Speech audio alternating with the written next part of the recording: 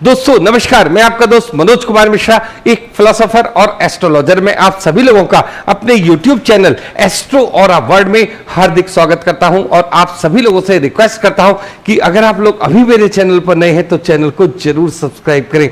और अगर आप लोग अपने जन्म के नक्षत्र की पॉजिटिव ऊर्जा से जुड़ना चाहते हैं तो चैनल को अवश्य ज्वाइन कीजिए। देखिए, ज्वाइन बटन आपको जब भी दिखाई देगा जब आप चैनल को सब्सक्राइब करेंगे। तो आज हम लोग बात करेंगे ये जो जुलाई का महीना है, जुलाई 2024 का महीना मेष लग्न वालों के लिए किस प्रकार की ऊर्जा लेकर आ रहा है।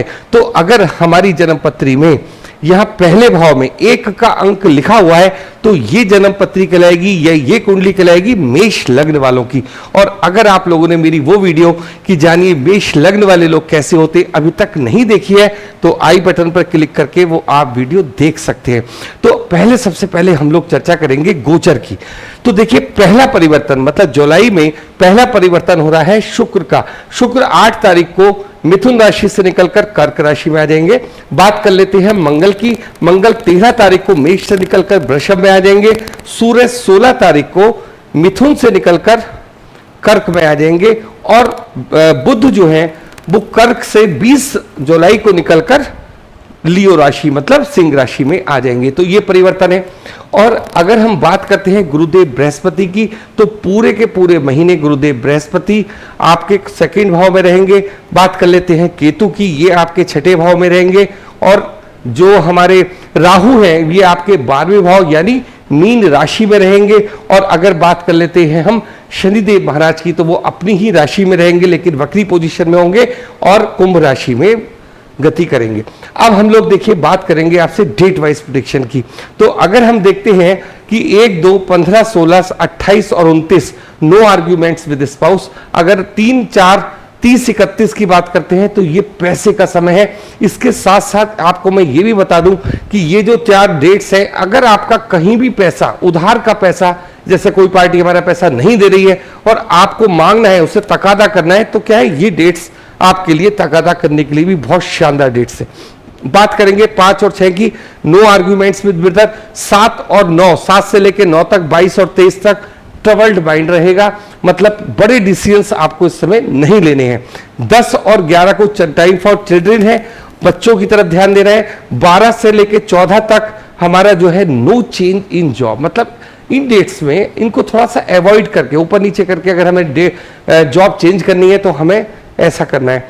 बात करते हैं 17 से लेकर 19 तक हेल्थ इशू। 20 और 21 गुड टाइम। 24 से लेकर 27 तक आपके खर्चे वाला समय रहेगा। तो अब हम लोग चर्चा करेंगे कि इस महीने में गोचर मतलब ग्रह हमारे किस प्रकार की ऊर्जा दे रहे हैं। सबसे पहले आप देखिए, हम लोग स्टार्ट कहां से करते हैं? लग्नेश से स्टार्ट करते हैं। लग्नेश कौन है? मेष लग्न वालों का मंगल। और इस समय मंगल अपनी ही राशि में बैठे हुए हैं। कब तक बैठे हैं? 12 तक बैठे हैं। 13 तारीख को ये यहां से चले जाएंगे। और इनके पास दूसरा भाव कौन सा है? इनके पास दूसरा भाव है हमारा 8वां हाउस। तो देखिए, 8वें हाउस के मालिक और अपने लग्न का जो लग्नेश मेन है वो हमारी लग्न में बैठा है। इसमें क्या होता है कि आप देखेंगे कि आपके अंदर जो कॉन्फिडेंस लेवल है, आपका जो कॉन्फिडेंस लेवल है, बात करने की क्षमता है, एकदम फर्स्ट क्लास होगी। क्यों? क्योंकि पूरी तरीके से मंगल किस चीज को सपोर्ट कर रहा है? अपने आप को मतलब लग्न को सपोर्ट कर रहा है। लग्नेश लग्न में बैठकर किसकी चिंता करेगा? केवल मैं कैसे आगे बढ़ूं, मेरे सारे डिसीजंस कैसे ठीक हो, मेरे पास पैसा कैसे आए, गाड़ी कैसे बने, इस तरीके की बातचीत आपके पास रहेगी। इसके अतिरिक्त अगर आपको इस समय किसी भी प्रकार की हेल्थ से संबंधित कोई भी प्रॉब्लम चल रही है तो आप ये देखेंगे कि जो भी प्रॉब्लम आपके सामने आएगी आप उसका तुरंत ट्रीटमेंट लेंगे। ये चीज आपको समझनी है। अब हम लोग बात करते हैं मंगल की दृष्टि के ऊपर। 1, 2, 3, 4 इनकी दृष्टि कहां जा रही है? बुध के ऊपर जा रही है। और ये हमारा 4थे हाउस के ऊपर जाती है। 4था हाउस हमारी मानसिक संतुलन या मानसिक शांति का भी हाउस है। तो देखिए, ये वाला ही वो टाइम है जो मैं आपसे लगातार कह रहा हूं कि ये जब लग्नेश मतलब लग्न में होगा, 4थी दृष्टि से देखेगा अपने 4th हाउस को, वहां बैठे हैं बुध और वो भी किसके घर में? चंद्रमा के घर में। तो कहीं ना कहीं हमारा जो है ना मानसिक संतुलन किस तरीके का रहेगा? थोड़ा तेजी वाला रहेगा। मंगल के अंदर क्या आदत है? अपनी करना, अपने अंदर उसके अंदर इतना क्रोध है। तो ये सारी चीजें आपको थोड़ा सा समझना है कि हमारा जो क्रोध है हमारे घर वालों के ऊपर, जैसे हमारे मम्मी के साथ हमने कुछ इस तरीके की कोई बात कर दी, इस तरीके की बात को आपको थोड़ा समझना होगा। अब हम लोग बात करते हैं सातवीं दृष्टि की। सातवीं दृष्टि से वो स्पाउस वाले घर को देख रहा है और आठवीं दृष्टि से कहां देख रहा है? अपने ही घर को देख रहा है। मतलब कुल मिलाकर अगर मैं आपसे कहूं तो स्थिति आपके लिए बहुत ज्यादा मजबूत स्थिति में आप रहेंगे। बात करते हैं हम आपसे सेकंड हाउस की। दूसरा वाला जो घर होता है ये हमारे उस तरीके के पैसे का होता है जिसको हम कलेक्ट कर लेते हैं। मतलब हमारे पास जो जमा धन राशि है उसका, संस्कार का, हमारे कुटुंब का हाउस है ये सेकंड हाउस। बैठे हैं गुरुदेव बृहस्पति, कहां के मालिक हैं?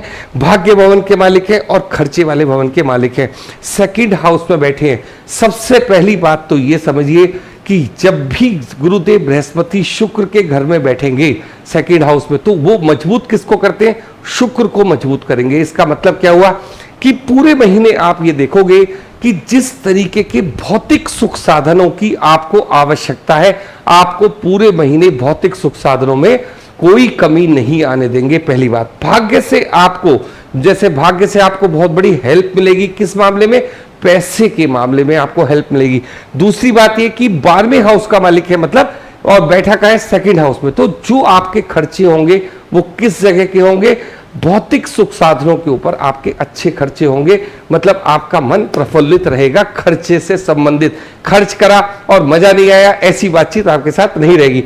तीसरे घर की चर्चा करते हैं। तीसरा घर है हमारे पराक्रम का, तीसरा घर है हमारे छोटे बहन भाइयों का। यहां पर सूर्य और शुक्र की यहां पर युति बैठी है। देखिए सूर्य मालिक है हमारे 5th हाउस के।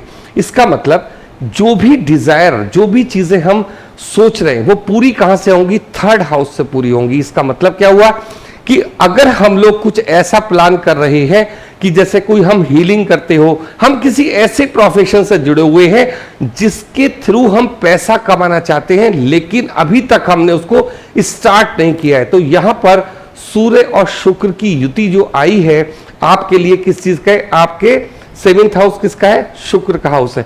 तो अगर आप ये चाहते हो कि कोई ऐसा बिजनेस मैं अपनी स्पाउस के साथ शुरू करूं, ऑनलाइन स्टार्ट करूं, या फिर मैं कुछ ऐसा लिखना चाहूं, 3rd हाउस से संबंधित कोई भी काम, छोटी मोटी यात्राएं अगर आपको करनी है दोनों लोगों को, तो आप जा सकते हैं। कुल मिलाकर मैं आपसे ये कहना चाहूंगा कि अगर पार्टनरशिप आप अपने स्पाउस के साथ करते हैं तो बहुत ही अच्छे रिजल्ट्स आपको इस बार देखने को मिलेंगे।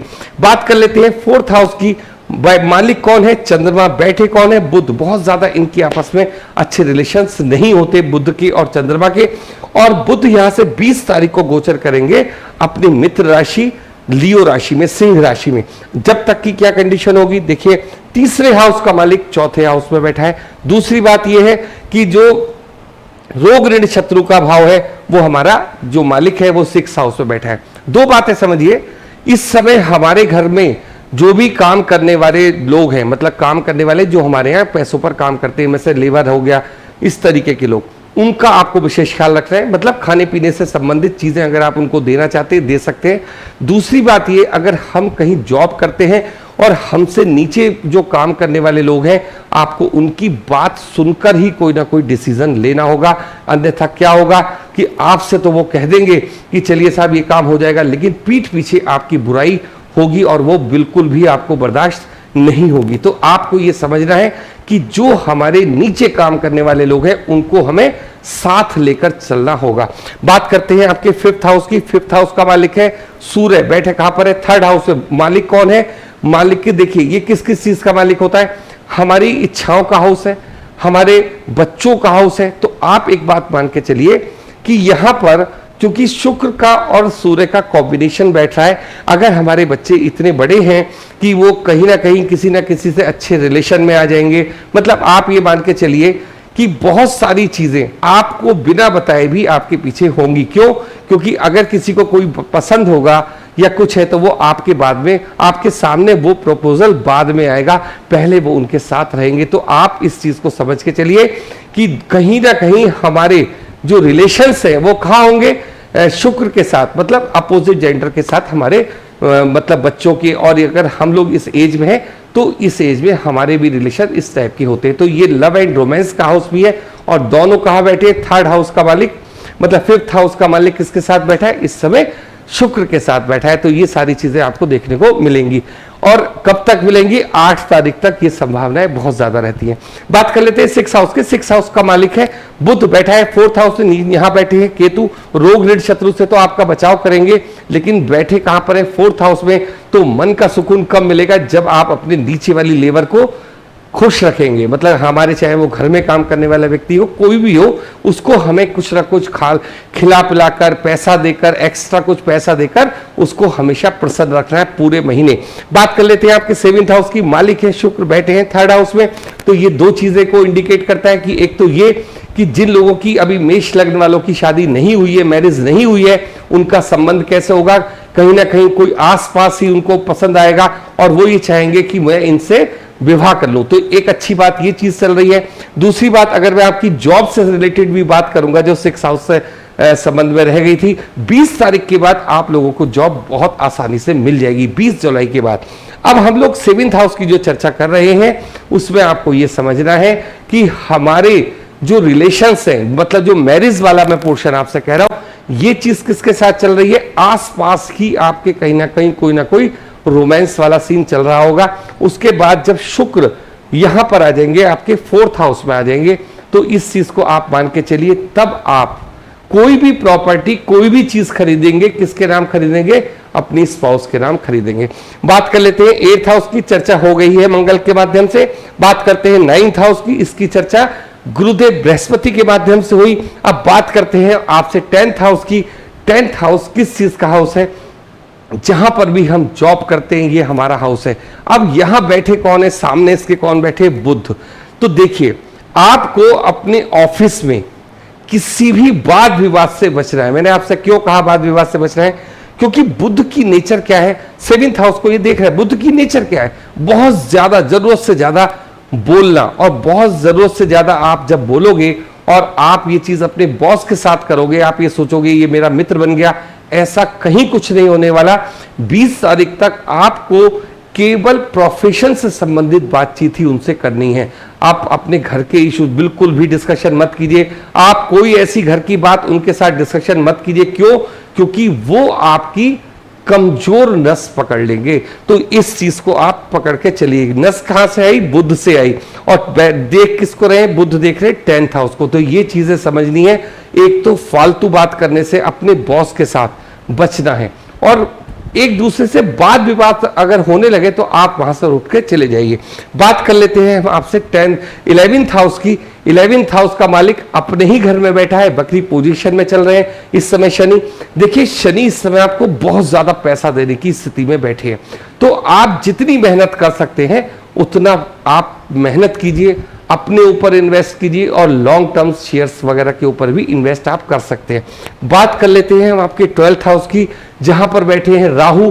और राहु और केतु की अपनी कोई राशि होती नहीं है, और किसकी तरह काम करें? गुरुदेव बृहस्पति की, जो बहुत ही अच्छे स्थान पर आपके इस समय विराजमान है। तो उसका मतलब क्या है कि राहु आपके जो मतलब जैसे कहते हैं ना, राहु एक भ्रमजाल है। तो सबसे पहले तो अपने आइडिया, जो राहु आपको 12th हाउस में बैठ के नए से नए विचार देगा, आप उसको सीरियसली लीजिए, उसके ऊपर काम करना शुरू कर दीजिए। आप केवल ख्याली पुलाव मत बनाते रहिए कि मैं ऐसा कर लूंगा, वैसा कर लूंगा। इस तरीके की बातचीत आप बिल्कुल मत रखिए। जो भी आपको ऐसा लगता है कि मैं अपनी जॉब के साथ ये वाला बिजनेस कर सकता हूं, या मैं अपने बिजनेस के साथ कुछ और एक्स्ट्रा इनकम के लिए कोई काम कर सकता हूं, तो ये सारा विभाग किसके पास है इस समय? राहु के पास है। तो आप अपने समय का पूरा उपयोग कीजिए, क्योंकि यहां पर बैठा हुआ राहु आपको बहुत अच्छे पैसा भी दिलवाता है। तो ये टोटल ओवरऑल एक छोटी सी प्रेडिक्शन मैंने आप लोगों के समक्ष रखी मेष लग्न वालों के लिए। तो आप लोगों ने इतना समय दिया, उसके लिए बहुत बहुत धन्यवाद। Thank you.